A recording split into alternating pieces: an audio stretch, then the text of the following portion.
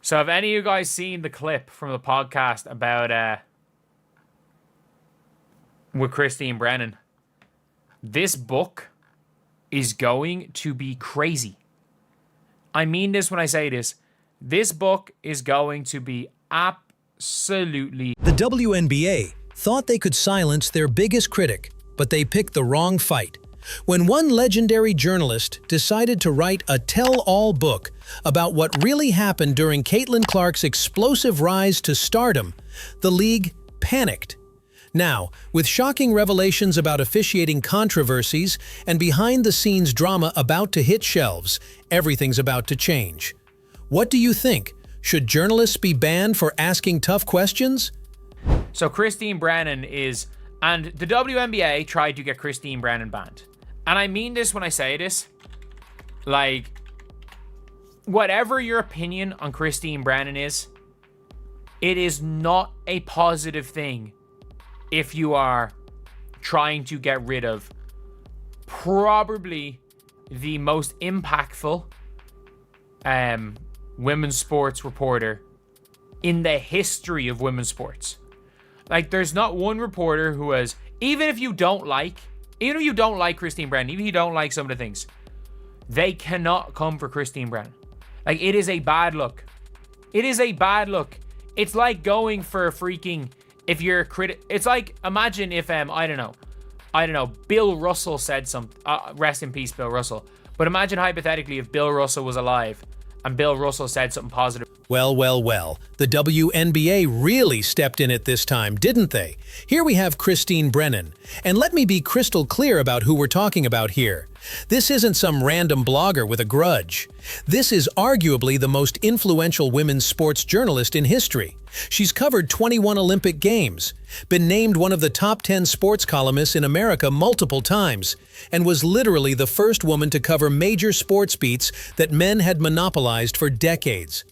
And what did the WNBA Players Association decide to do? They tried to get her press credentials revoked. Because she asked some tough questions. The audacity is absolutely breathtaking. And frankly, it tells you everything you need to know about how the league operates when they think nobody's watching. But here's the thing they didn't count on. Brennan isn't just writing columns anymore. She's been working on something much bigger. In just a few weeks, on July 8th, her bombshell book On Her Game, Caitlin Clark and the Revolution in Women's Sports, hits shelves. And based on what we're hearing, this isn't going to be some fluffy celebrity biography. This is going to be an expose that pulls back the curtain on exactly what happened during Clark's rookie season. The book description alone should have the WNBA sweating bullets. Brennan promises to deliver fascinating new details about Clark's Olympic snub by USA Basketball, the safety concerns around her that led to charter flights for all players, the WNBA's lack of preparation for heightened national scrutiny, and troubling outbreaks of jealousy and resentment as a white player became the top story in a predominantly black league. I did radio shows where people would laugh about the WNBA and women's college basketball. They roll around on the floor. It's ridiculous. The WNBA had never had an Arnie Jack moment, had never had, Havlicek, Celtics, Bill Russell, moment, Lakers, Kareem moment. Well, so when we talk about these understandable connections, that's where it breaks down. Because when you're looking at the WNBA, the interest was so low.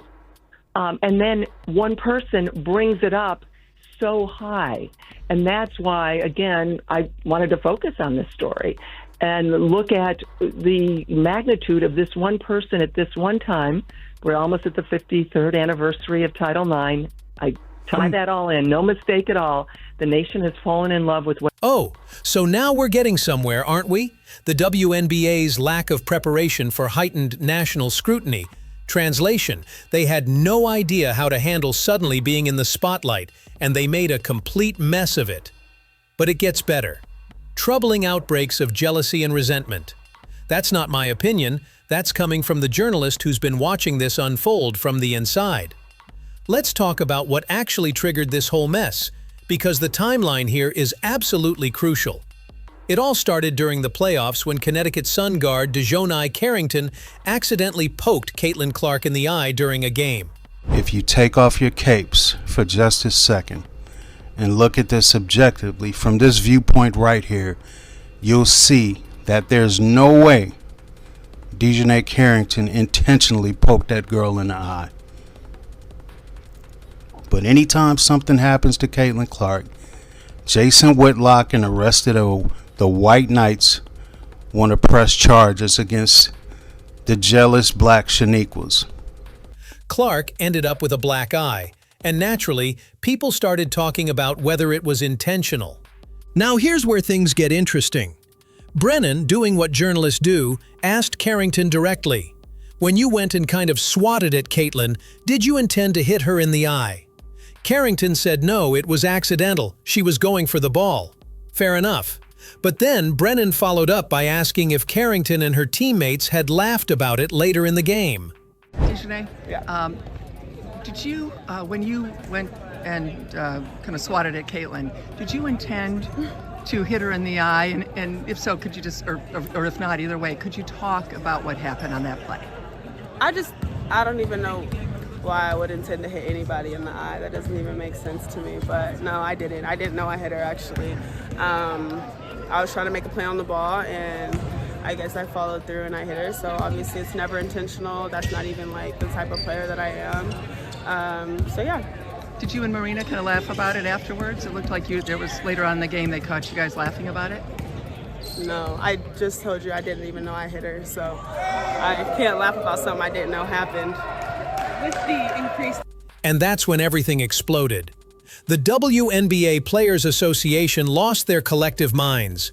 They issued what can only be described as a hit piece disguised as a statement, calling Brennan unprofessional and indecent and demanding that her credentials be stripped.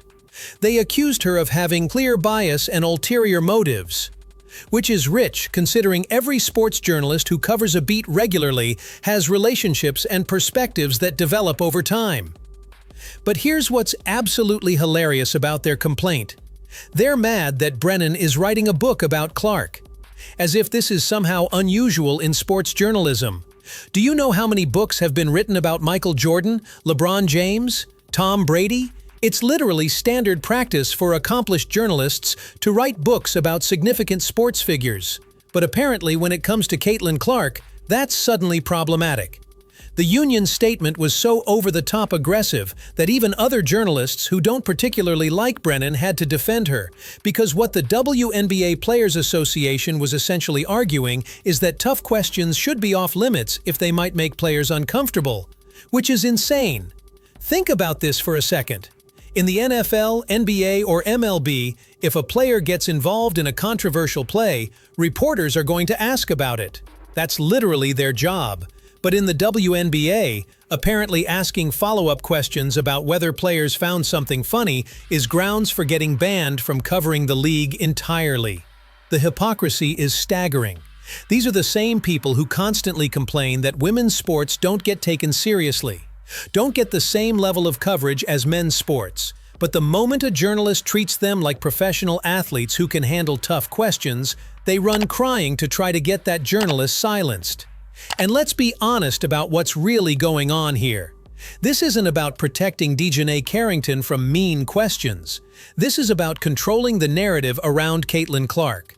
Because Clark has become too big, too important, and too financially valuable for the league to allow any negative coverage to stick. Once Steph and LeBron retire, will there be an active American athlete that's more famous than her? No. I think she will be more famous than every baseball player she might already be. Every hockey player, all of the U.S. men's national team, and every football player that isn't really Patrick Mahomes and maybe Lamar, Josh, like there's only a few. And I think she's already more famous than every NBA player but KD, Steph, and LeBron. And I don't see any of those guys catching her. I think she is a supernova of fame and talent. She's the Tiger 20 years ago on the tour. Like the ratings disappear. It's nothing against the WNBA. She literally is changing the entire league economy. The numbers don't lie. During Clark's first season, WNBA TV viewership increased by over 400% in some markets. Attendance at Indiana Fever games skyrocketed. Merchandise sales went through the roof. Clark single-handedly brought more attention to women's basketball than the league had seen in its entire 27-year history. But instead of being grateful, instead of celebrating this unprecedented success, what did we see? Jealousy, resentment, players and coaches making snide comments about Clark getting too much attention, veterans complaining that she was being treated differently. The Olympic snub that was so obviously driven by petty politics that even casual fans could see through it. And Christine Brennan was there, documenting all of it. Now here's where things get really interesting, because we're starting to see a pattern of problematic officiating that goes way beyond one controversial play. Just this past week, we had another incident where Clark got hit in the face during a game against the Connecticut Sun. This time it was J.C. Sheldon who made contact while swiping at the ball. But then Marina Mabrey from the Sun shoved Clark to the ground in what was clearly a cheap shot. And what did the referees do? Nothing. They let Mabrey stay in the game. Clark actually got called for a technical foul, apparently for flopping when she was literally shoved to the ground. Brennan was absolutely livid about this, and rightfully so. She tweeted, "The WNBA continues to fail to meet the moment. Terrible decision to allow Marina Mabrey to stay in the game. People are watching as never before, and this is what they see." And she's absolutely right. Clark is drawing more than half of the league's TV audience by herself. When casual fans tune in to see what the hype is about, and they watch the league's biggest star get cheap-shotted while the refs do nothing, what message does that send? But it's not just Brennan calling this out. Tennis legend Chris Evert posted, "When will these ladies realize, accept, and appreciate Caitlin Clark is the best thing that ever happened to women's basketball? This is a bad look for the sport and what's happened to sportsmanship." Even Clark's coach, Stephanie White, blasted the officials after the game, saying she never got an explanation for why Clark was given a technical foul for getting pushed to the ground. The pattern is becoming impossible to ignore. Clark consistently gets rougher treatment than other players, and the officials consistently fail to protect her appropriately. Whether that's due to incompetence, bias, or something more sinister, we may not know until Brennan's book comes out. Because here's what's really got the WNBA terrified. Brennan has been covering this story from day one with unprecedented access. She's conducted dozens of exclusive interviews. She's been behind the scenes, documenting everything. And Clark herself has been cooperating, answering every question Brennan has asked. The book description mentions exclusive behind-the-scenes reporting about the league's failures. It talks about safety concerns around her that led to charter flights for all players. Wait, what? Safety concerns? What kind of safety concerns require charter flights? That's not something you typically hear about professional sports leagues. And then there's this line about the WNBA's lack of preparation for heightened national scrutiny. This suggests the league knew they were going to be under a microscope because of Clark, but they still managed to screw things up repeatedly. The Olympic snub alone is going to be worth the price of admission for this book. USA Basketball's decision to leave the college basketball all-time scoring leader off the Olympic team was so indefensible that even mainstream media outlets called it one of the worst sports decisions of the year. Brennan called it one of the worst decisions I've seen in 40 years of covering the Olympics. And she's not some casual observer. She's covered 21 Olympic Games. When someone with that level of experience says something is historically bad, you should probably listen. But the Olympic snub wasn't made in a vacuum. It was part of a pattern of the basketball establishment trying to minimize Clark's impact and keep her in her place. And we know this because we could see it happening in real time throughout her rookie season. The constant cheap shots that went uncalled. The media coverage that seemed more focused on criticizing Clark's fans than celebrating her achievements. The way veteran players would make passive-aggressive comments about how the league was fine before she got there. And through it all, Christine Brennan was taking notes. The WNBA's attempt to silence Brennan by getting her credentials revoked was always doomed to fail. But it reveals something crucial about how the league operates. When faced with legitimate criticism, their first instinct isn't to address the problems, it's to attack the messenger. That's not the behavior of a confident, well-run organization. That's the behavior of an organization that knows it has serious problems and is desperately trying to prevent them from becoming public. But it's too late for that now. The book is coming out in 3 weeks, and there's nothing the WNBA can do to stop it. All their attempts to silence Brennan have only drawn more attention to what she's discovered. The timing couldn't be worse for the league either. Clark is entering her second season with even more spotlight on her. The WNBA just signed a massive new media rights deal that's going to put even more games on national television. Corporate sponsors are investing millions of dollars based on the growth that Clark has driven. And right in the middle of all this success, we're about to get a detailed account of how the league nearly sabotaged itself through incompetence, jealousy, and political infighting. The really damning part is that none of this had to happen. Clark came into the league as a humble rookie who repeatedly said she just wanted to contribute to her team's success. She deflected attention, praised her teammates, and handled criticism with remarkable grace for someone who was only 22 years old. The league could have embraced her, protected her, and used her popularity to lift up the entire sport. Instead, they allowed pettiness and resentment to poison what should have been a celebration. And now Christine Brennan is going to tell the world exactly how it all went wrong. The WNBA thought they could control the narrative by intimidating journalists and pressuring media outlets. They thought they could make problems disappear by attacking the people who reported on them. But they picked the wrong journalist to mess with. Brennan has been fighting for women's sports since before most of these players were born. She's broken barriers, changed minds, and built a career on telling uncomfortable truths. The idea that a few angry tweets and a strongly worded statement from the players' union was going to silence her is laughable. If anything, their attacks on her have only validated everything she's been reporting. Because if the WNBA had nothing to hide, why would they be so desperate to stop her from talking? The book comes out on July 8th, and based on everything we know, it's going to be explosive. We're talking about detailed accounts of behind-the-scenes conflicts, documented examples of biased officiating, and insider information about the political maneuvering that led to some of the most controversial decisions in recent WNBA history. This isn't just going to be about Caitlin Clark either. This is going to be about an entire league that was unprepared for success and made every possible mistake when it finally arrived.